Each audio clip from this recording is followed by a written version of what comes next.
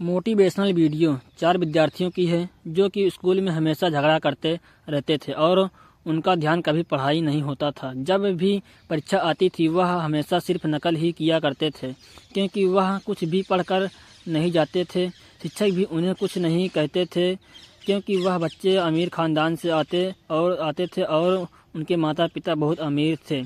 इसलिए शिक्षक उनके माता पिता से बच्चों की शिकायत करने में हिचकिचाते चाहते थे। परंतु एक समय ऐसा आया जब उस विद्यालय में एक ने शिक्षक आए जो कि अपने काम के प्रति बहुत ही ज़्यादा सक्रिय थे और वह किसी भी बच्चे को नकल नहीं करने देते थे।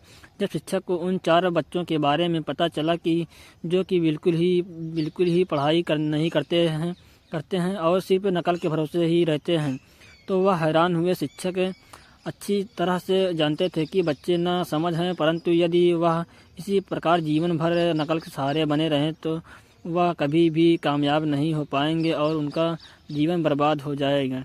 वह बच्चे 11वीं कक्षा में पढ़ते थे। जब वार्षिक परीक्षा की डेट आ गई तब सभी बच्चों ने पढ़ाई तेज़ी से करनी शुरू कर दी और सभी परीक्षा के लिए खुद को तैयार करने लगे। पर शिक्षक ने देखा कि उन बच्चों को अभी भी कोई फ़र्क नहीं पड़ा है, मतलब कि वह नकल के सहारे भी बैठे हैं। शिक्षक ने सभी बच्चों से कहा कि कोई भी बच्चा यह न सोचे कि वह परीक्षा के दौरान नकल कर सकेगा। मैंने आज तक किसी को नकल नहीं करने दी है। यदि कोई नकल के सहारे बैठा है तो पढ़ ले वरना फेल हो जाएगी, इसलिए कृपया पढ़ाई करनी शुरू कर दें। वह चारों बच्चे जानते थे कि हम यह शिक्षक ने कभी भी किसी को नकल करने नहीं दी है क्योंकि उस शिक्षक के पुराने रिकॉर्ड सभी बच्चों को पता चल चुके थे जो कि उनके पुराने स्कूलों में रहे हैं। शिक्षक के बारे में इतना सब कुछ जानने के बाद कभी बच्चे पढ़ाई करने में जुट गए, पर उन 4 बच्चों को फिर भी कोई फ़र्क नहीं पड़ा। वह परीक्षा को लेकर सीरियस नहीं थे और परीक्षा की तिथि आ गई। वह चारों इतने ज़्यादा लापरवाह थे कि एग्ज़ाम हॉल में पहुंचने के लिए 1 घंटा लेट हो गए। वह चारों जानते थे कि हमने कुछ भी नहीं पढ़ा है और 1 घंटा पहले ही लेट हो चुके हैं। यदि हमने पेपर दिया तो हम चारों फेल हो जाएंगे क्योंकि नकल करने के लिए भी ज़्यादा समय चाहिए होता है। इसलिए चारों ने विचार बनाया और अपनी हालात कुछ इस प्रकार कर ली मानो कि कार का टायर पंचर हो गया और कार का एक्सीडेंट हो गया। वह चारों एग्ज़ाम हॉल में पहुंचने और शिक्षक से कहा, सर हमारी गाड़ी का एक्सीडेंट हो गया था क्योंकि टायर फट गया था, इसलिए हम लेट हो गए और हमारी यह हालात से हो गई। कृपया हम आपसे आग्रह करते हैं कि यह एग्ज़ाम आप हमसे कुछ समय के बाद ले लें ताकि हम भी ठीक भी हो जाएं और एग्ज़ाम भी अच्छी तरीके से कर सकें। शिक्षक को साफ नज़र आ रहा था कि बच्चों का एक्सीडेंट नहीं हुआ है। उन्होंने खुद ही हालात इस प्रकार बनाई है। शिक्षक उनके मन में चल रहे विचारों को समझ न रहा था, इसलिए उसने कहा, कोई बात नहीं, तुम अगले हफ्ते यह एग्ज़ाम दे देना। अगला हफ्ता आया तब वह चारों बच्चे नकल करने के लिए कई प्रकार की सामग्री छिपा कर लेकर आए। शिक्षक ने बच्चों का एग्ज़ाम हॉल में स्वागत किया और चारों को कमरों के अलग अलग कोनों में बैठाया। शिक्षक बीच कमरे में आकर खड़ा हो गया ताकि कोई बच्चा एक दूसरे को संकेत भी ना कर सके। जब बच्चों ने प्रश्न पत्र देखा तो वह हैरान थे क्योंकि उस प्रश्न पत्र में सिर्फ 2 प्रश्न ही थे और पूरा पेपर ही 100 अंक का था।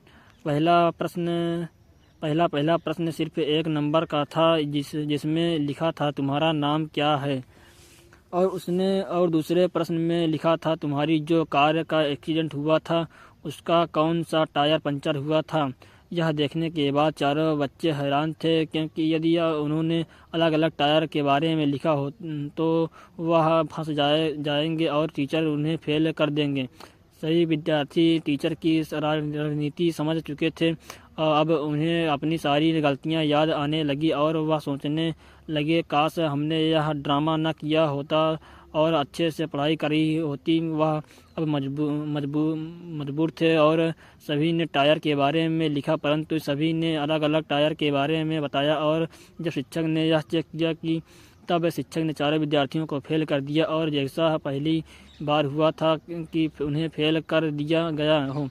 पूरे स्कूल में उनकी बदनामी होने लगी। सभी उनका मजाक उड़ाने लगे। उनके दोस्त आगे की कक्षा में चले गए और वह फेल होने के कारण उसी कक्षा में रह गए। उन्हें अपनी गलतियां इस प्रकार चुभ रही थी मानो कोई बुरा जख्म ख्वाब ख़त्म न हो रहा हो।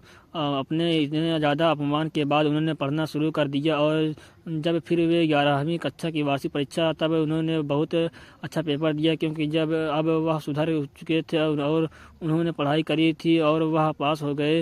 उन्हें जीवन की उस खुशी का एहसास हुआ जो कि उन्हें आज तक कभी नहीं हुआ था, क्योंकि इस बार वह अपनी मेहनत से पास हुए थे। शिक्षक ने चारों को अपने पास बुलाया और उन्हें समझाया कि तुम्हारा 1 साल बर्बाद हुआ क्योंकि तुम लोगों की गलती थी, पर अब तुम मेहनत करना सीख गए हो अब जीवन में तुम्हें हरा नहीं सकता, तुम सफल होते रहोगे।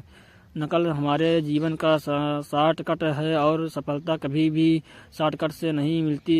सफलता पाने के लिए हमें मेहनत करनी पड़ती है। यह बात विद्यार्थियों को अच्छी तरह समझ में आ चुकी थी, इसलिए उन्होंने शिक्षक को प्रणाम करके धन्यवाद किया और इस प्रकार 4 विद्यार्थियों का जीवन सुधर गया। नकल वह विष है जो कि व्यक्ति को लेते वक्त बहुत अच्छा लगता है, पर यह अपना असर जीवन के कुछ मुख्य पहलुओं में दिखाता है। नकल करा हुआ बच्चा कभी भी जीवन में अच्छा प्रदर्शन नहीं कर सकता, क्योंकि उनसे नकल करना सीख है, ज्ञान को संग्रहित करना नहीं है।